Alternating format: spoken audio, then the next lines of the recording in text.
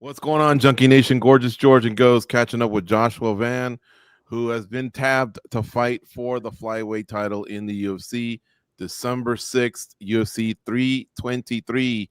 Joshua, congrats. You got the assignment. And I want to ask you, my brother was asking you about that case you got behind you, right? Mm. Tell everyone what that is again. I got something for you. Let's see. Go ahead.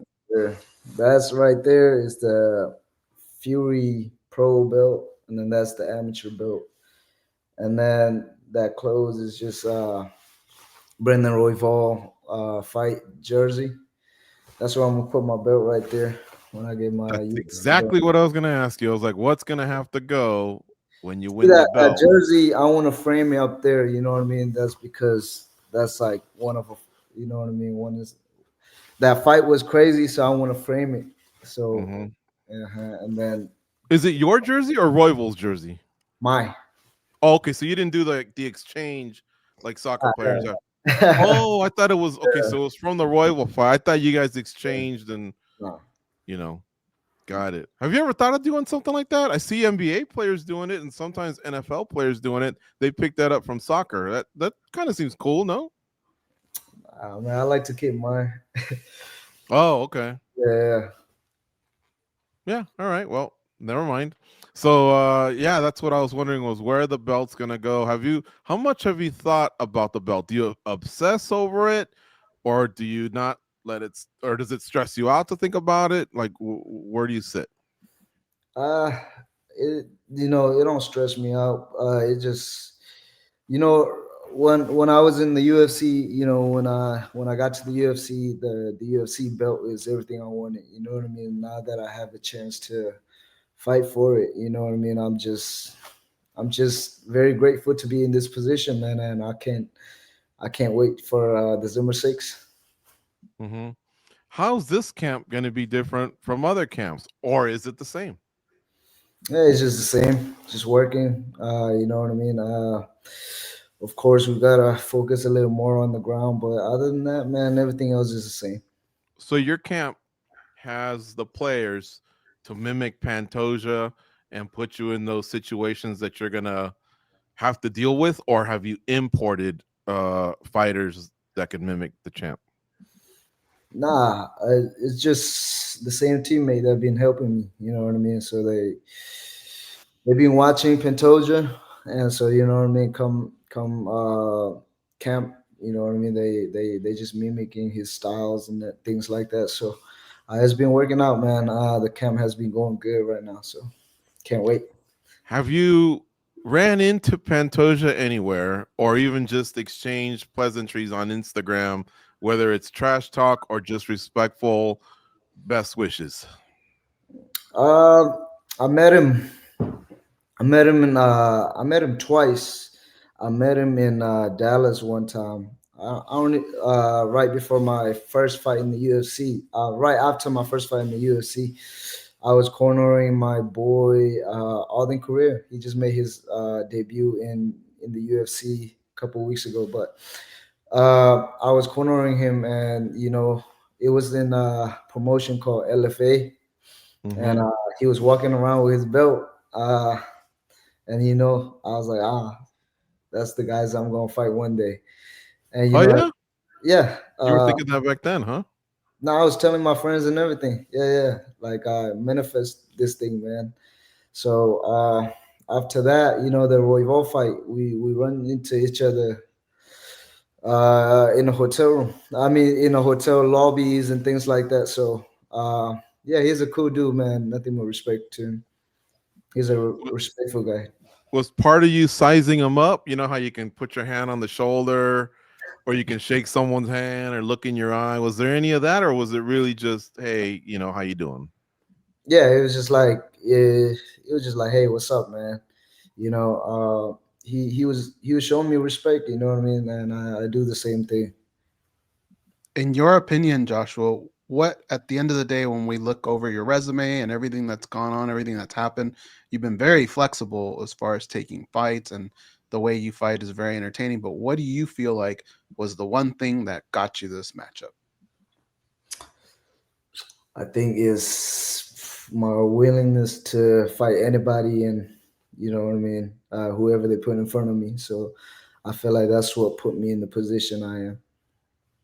Do you remember the exact moment in your career, whether it was after this last fight or even way before, when you felt like I got what it takes to be a world champion and to beat this guy?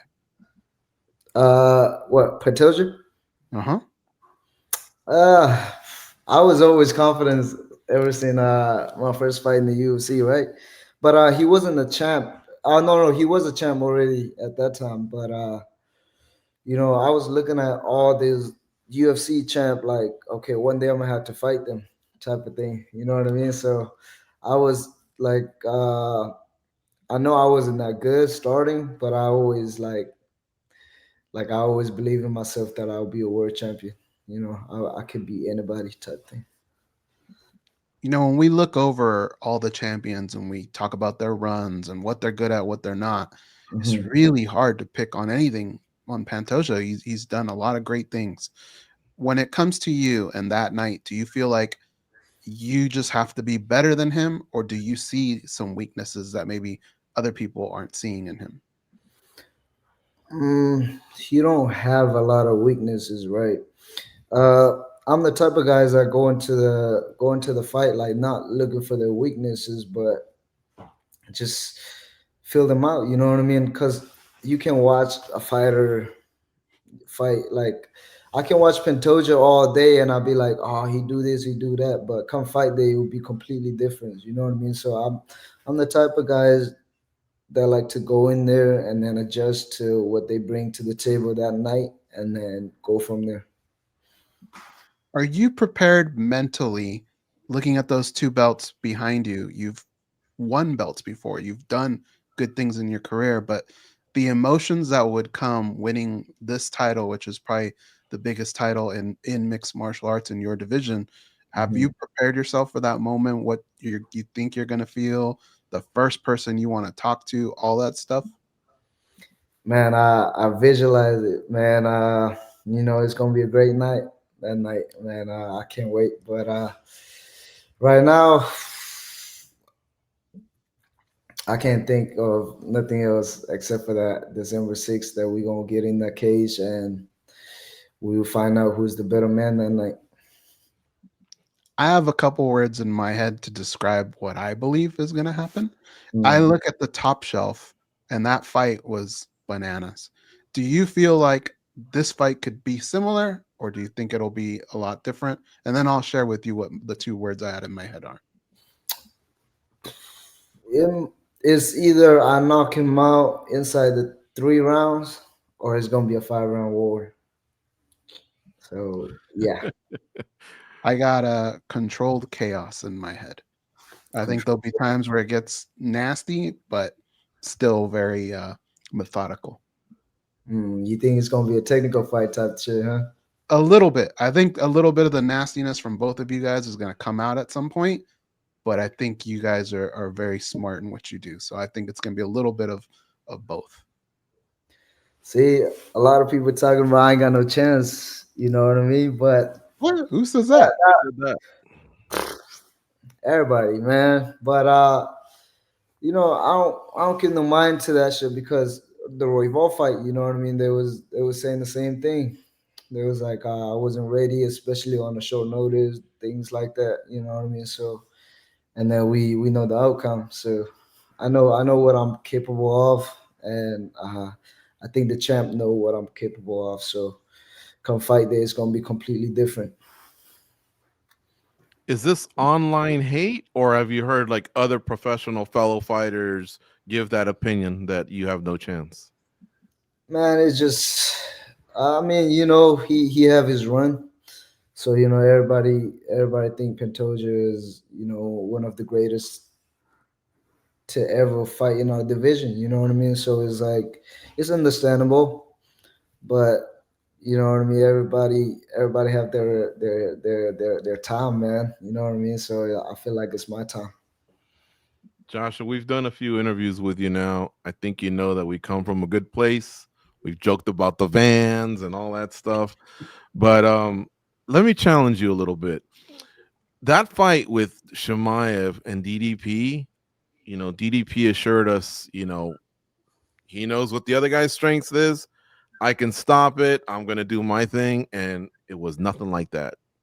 Hamzat went right through him. How can you assure media, fans, that Pantoja won't have you down within 30 seconds and lock that body triangle and go to work? Like, what kind of work are you doing to make sure that gets stifled, that don't happen?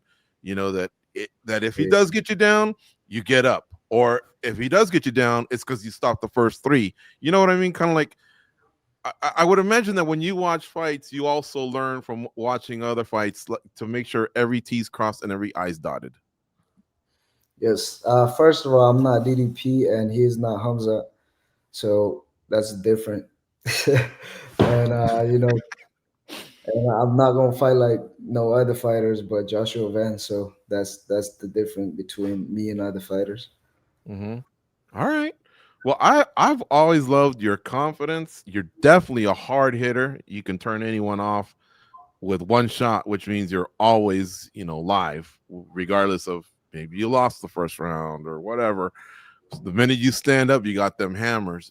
Another thing I like is you got this coy smile, like, almost like you've played the fight through and there's different ways for you to win, and you got the secret sauce down. Where are you getting that confidence? Have you always had it? Is the team instilled it in you, or your faith?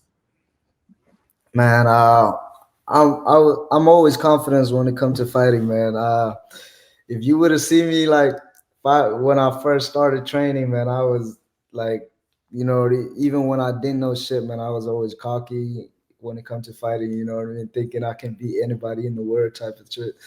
And I barely know how to throw 1-2. You know what I mean? So I'm always confident when it comes to fighting. That's I don't know where I got it from, Mm-hmm. but yeah, I was always confident. I can't remember if you told us this before or not, but did you play other sports growing up, and were you confident and cocky and on the fields or on the courts or wherever you were? Yes, I used to play soccer a lot. You know what I mean? So, like it, anything I do, man, I never thought I could lose. You know what I mean? Whether it's playing soccer or fightings or things like that. You know what I mean? But then sometimes you lose, and then you know what I mean. That kind of humble you in a way in the process. But I was always confident in everything I do, man. I think a lot of that is you're just competitive, right? No matter what it is. Yeah, man. Like I remember when I was like a kid, like when I was 12 years old, like I used to love soccer. You know what I mean? So like everywhere I go, I will have like a soccer ball with me and things like that. And like I'll go to the soccer fields and you know what I mean, watch like YouTube videos of them doing like techniques and skills and things like that. And I'll try it, and I would tell myself like I won't go home until I get this thing right. You know what I mean? And it would be like late at night, and if I can't get it, I won't leave. Things like that. So I'm always like, you know what I mean, trying to get one thing, and yeah, things like that. So if I'm thinking of something, I have to get it, type of shit. Yeah, Who was your favorite soccer player growing up? Cristiano Ronaldo. Nice. Nice. Are you a Real Madrid fan or a Manchester United fan? See, I was a Real Madrid fans for the longest, but I'll go wherever Ronaldo goes. So Mm-hmm. yeah, Yeah, no, that's a good one. That's a good one. I mean, of course but fans may not know this. You're only 24. yeah, Um, there's still such a ceiling that's high for you. You're already gonna fight for the title and all, but I would imagine that there's still so much better you can get. That's scary.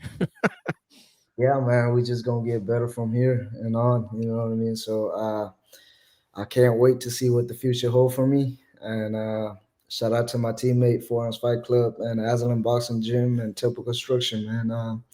I stay with them. You know what I mean? Ever since I started this fighting things like that. So you know what I mean? They being they've been nothing but, you know what I mean, helpful to me, not just in fighting career, but in life in general too. So you know what I mean. Uh, Shout out to them, man. By the way, you any good at ping pong? No, I suck at ping pong. Oh, Yeah. I was hoping you were good because I was going to tell you anytime we play, I'm going to take you down. Oh, you play ping pong? See, I want to see what if your confidence extended into table tennis, like they call it. I've already beaten. Ghost can attest to this. I've probably beaten about 10 MMA fighters. Oh shit. Okay, now we're gonna have to run it. I'm gonna work on my shit. Do they got one of the? Do they have a ping pong table over at the place they got here? You know, Yeah. No. Jason House. You know how he's got he's got his own like building with a gym and all that. You ever go to that one, Joshua? Nah. No. Oh, okay. Yeah. What they got against you? What do they got against you? You haven't gotten the invite? Nah, Iridium's got. You've never been to the Iridium offices? Nah, I just he invited me a couple times. I just don't like going to like travels and train over there where I got my own gyms here. You know what I mean? I got 3 places where I got to be every day, so I don't have time to go travel and train at different gyms. Got it. Well, no, I just thought maybe in passing, you know, like when you come to Vegas to sign a contract, or maybe when they go through your medicals, you know how they always like to see how your body chemistry is all about, so they can give you the right food and nutrition and all that. But I think that'd be a good idea if they had a ping pong table over there. Yeah. By the way, I'm not that good. It's just MMA fighters aren't just got lucky, huh? I was trying to figure out a nice way to say that. What's that? I was trying to figure out a nice way of saying that. He's not that good. He's just for some reason better than the guys that were like Dan Henderson, right? Ricardo Lamas. They've fallen. I think Kevin Lee one time. Eric Nixick. Maybe it's, they don't know how to play. Maybe I got a good serve. Okay. And then they can't hit it back, huh? No, yeah. Well, I mean, they can, but you know, but I like I say, I'm okay, but I'm not one of those like that whips it back or nothing like that. But I just what I was doing was I was gauging your confidence just to see, you know, because it does seem like once there's that challenge, hey man, you'll obsess with being pretty decent or good at something like that soccer story you told, you know. Yeah, we can play checker. I'm very good at checker. How about chess? You play chess? I don't play chess. I wish I know how to play chess, man. Yeah. Yeah. All right, man. We've taken up enough of your time, but it's always fun talking to you, and it's been great seeing you rise from making the splash early on, took a loss here and there, picked yourself up, dusted yourself off, taking the streak. You fought 3 times in 2025 already, twice in 3 weeks. Incredible run, and now you're rewarded with a title shot. You deserve it. We wish you a happy and safe camp, a great weight cut, an easy one, and then an awesome fight on December 6th to close out the ESPN era on UFC. You'll be the second to the last fight in the ESPN era. Let's go. Time to make history. All right, brother. Thanks for the time. Take care. All right, man. Thank you.